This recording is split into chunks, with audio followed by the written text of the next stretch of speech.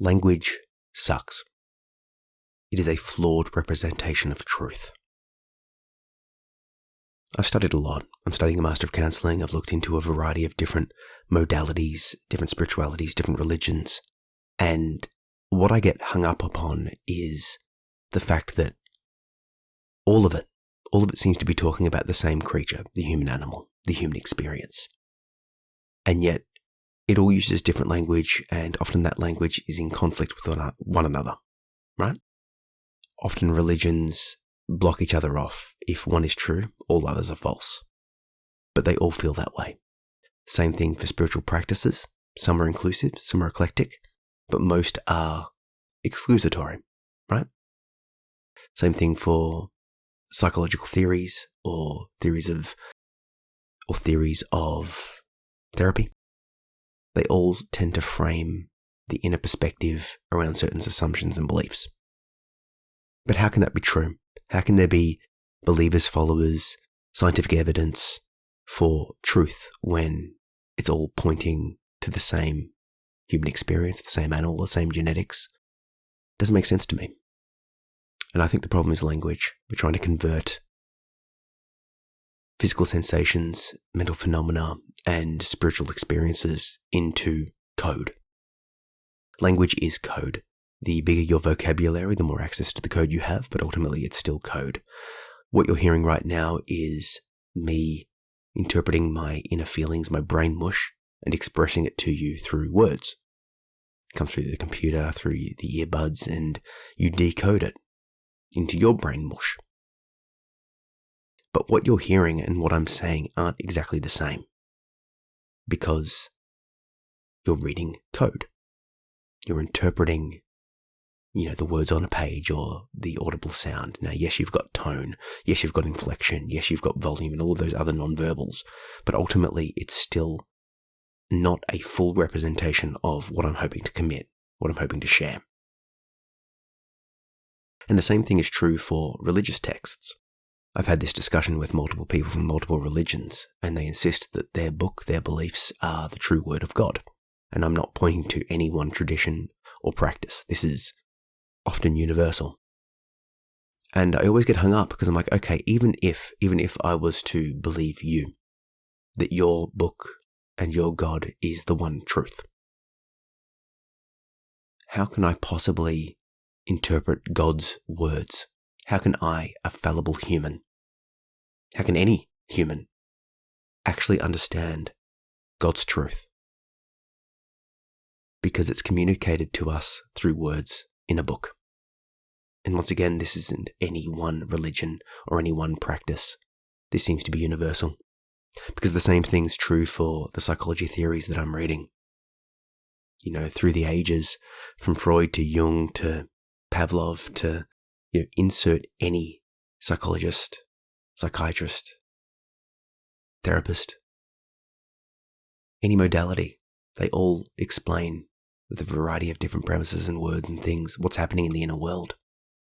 But once again, the way to understand it, the way to communicate that, the way to connect to it is through the written word, textbooks and studies that are presented through words. But the truth seems to be beyond, right?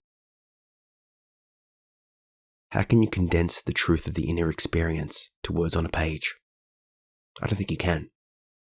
Because the interesting thing starts to happen the more I study, the more I read, the more I introspect, the more I discover, is that truth seems to be post-verbal, seems to be universal. If you sort of blur your eyes a little bit, all of these different things seems to be pointing to universal truth.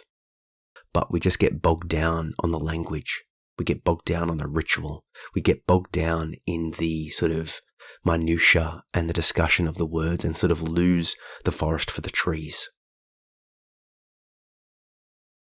If a certain practice points us towards God, or a certain practice points us towards peace, or clarity, or knowing, or insert anything there, that attainment is the goal, not the way of the attainment.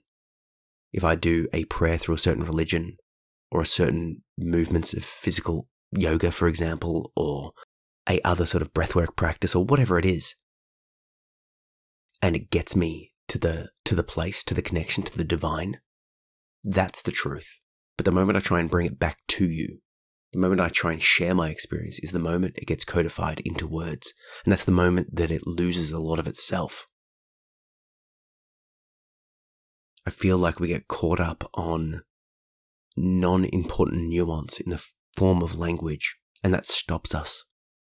And this is why I can't help but be eclectic, and I can't help but find truth and folly in every belief, in every system, in every practice, in every theory, in every religion, in everything, and even in myself. It's like we get caught up in just this never-ending process of trying to understand and explain and codify and break down. I'm in the process of developing a mental phenomena map, the idea of breaking down the mental phenomena into different things so you can see it in the same way that you would a body scan, head to toe. Well, what about, your senses, your thoughts, your moods, your emotions, your imaginations, your impulses, your states of consciousness, the metacognitions, the drives. There's all of these things that are occurring internally if you introspect.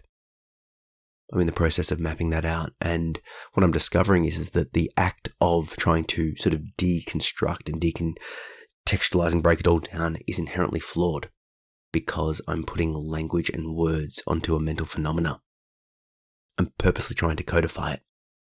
Now, yes, the act of codifying and, labeling and all of these things allows information to be communicated. But if it's just rote learned, if it's just taken at face value, something is lost. I've trained martial arts my entire life, and I practice and I drill and you follow the instructor and it's all great. But unless you add a little bit of your own, unless you embody the movements, you are too slow. It's too forced. It's too clunky to work. And I have a feeling that the same thing is true for spiritual enlightenment, for connection to God through or for emotional release through psychology theory.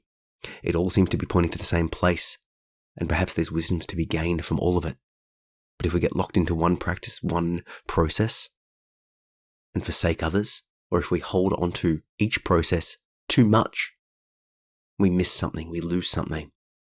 So this is why I'm not a fan of words entirely. We're forced to use them.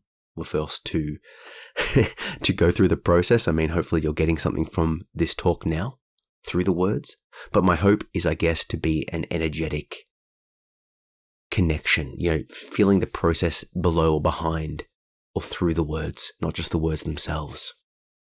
That's what I'm hoping. That's what I hope to do with all of my intuitive guidance work, all of my meditation instruction, all of my work that I do with people is not just the words themselves.